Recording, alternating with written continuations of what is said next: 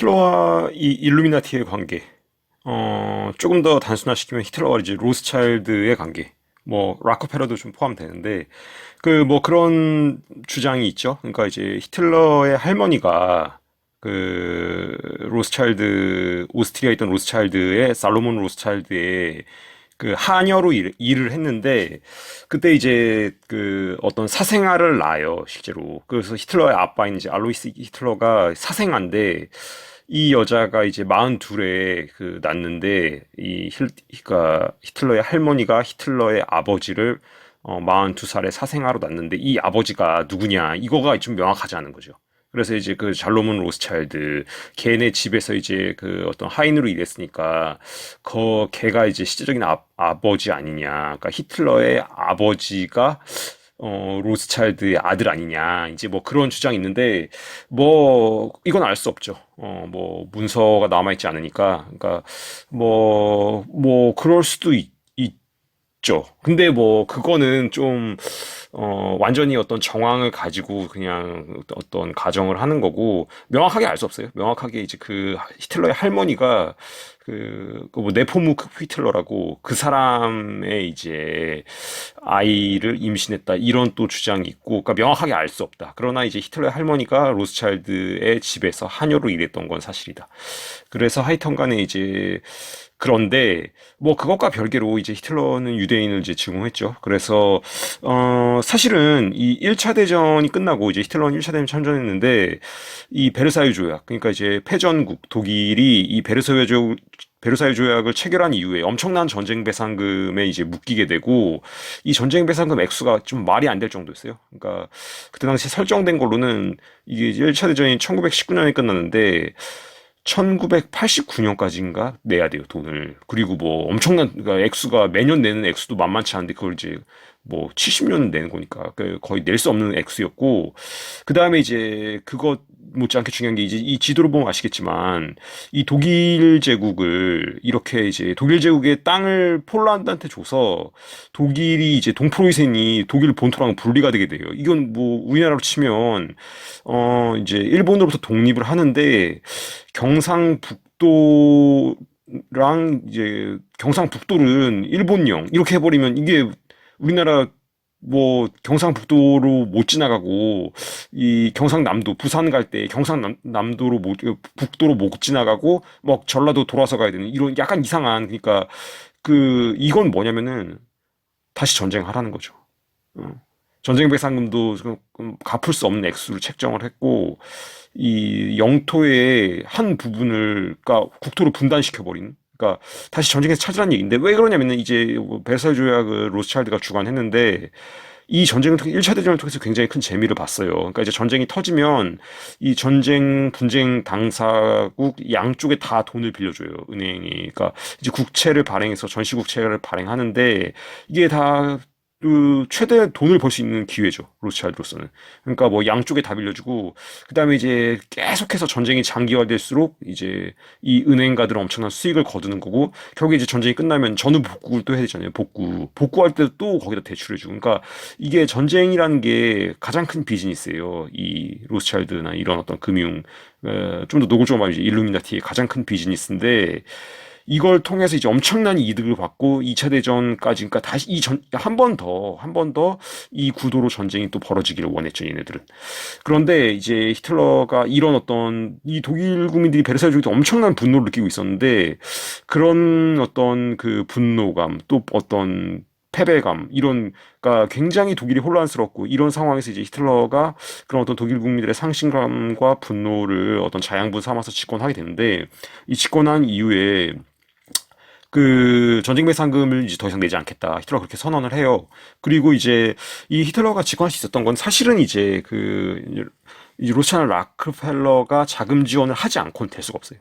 그러니까 뭐 우리나라 지금 민주주의 체제 이렇게 이게 지금 사실 민주주의라기보다는 금권주의인데 선거를 하려면 돈이 있어야 되잖아요. 돈. 그러니까 어떤 계속해서 어떤 자본이 돈을 지원해주고 이 사람이 뭐 전당대회를 하고 당세를 불려나가고 이럴 때 다 돈이 필요한데 그거를 이제 마쿠에서 돈을 지원해준 거죠. 그리고 이제 미디어가 또 도와줘야 되잖아요. 방송, 뉴스 막 조명해주고 뭐 그런데 그런 것들을 없으면은 아무리 그 사람이 특출나도 할 수가 없거든요.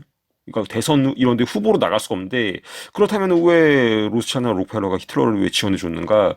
그것은 히틀러가 이제 전쟁을 하겠다고 얘기를 잖아요 히틀러가 다시 전쟁을 하고 잃어버린 땅을 다시 찾겠다. 폴란드 그쪽 다시 찾겠다. 그리고 레벤스라움 독일의 어떤 생존 공간은 러시아다. 이런 얘기를 지금 하잖아요. 그러니까 그 가장 원하는 거 있어요. 로스차일드가 독일이랑 러시아랑 싸우는 거. 그러니까 이제 로스차일드나 이제 그 얘네들의 근거지는 영국이랑 미국이잖아요. 그러니까 독일이랑 러시아가 손을 잡는 게 얘네들은 제일 두려워하는 거예요. 그러니까 러시아의 무한한 자원과 독일의 기술력이 결합됐을 때 이 영국, 미국, 그 앵글로색슨 패권주의가 가장 심대한 도전을 받을 수 있는 게 이제 얘네 둘의 결합인데 이 둘을 싸우게 한 게 1차 대전이었고 이제 2차 대전도 마찬가지 양상으로 가는데 그래서 이제 둘 다 거의 나가 떨어질 때쯤 이제 영국, 미국이 들어가서 이제 접수한다. 이게 얘네들 그림이었는데 사실은 뭐 1, 2차 대전이 그렇게 진행됐죠.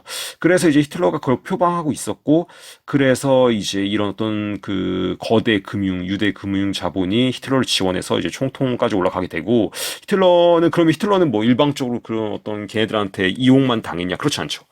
히틀러가 일방적으로 이용만 당한 게 아니라 히틀러도 이제 자기가 정권을 잡기 위해서는 어떤 금융 세력들의 지원이 없으면 안 되는 걸 알았기 때문에 39년 이전까지는 유대 금융가들이 독일에서 활동하도록 계속 히틀러도 어떤 어, 제한을 가하지 않아요. 바르부르크라든지 유대 금융가들이 실제로 돈을 많이 벌었어요. 히틀러가 이제 2차 대전 본격적으로 터뜨리기 전까지는.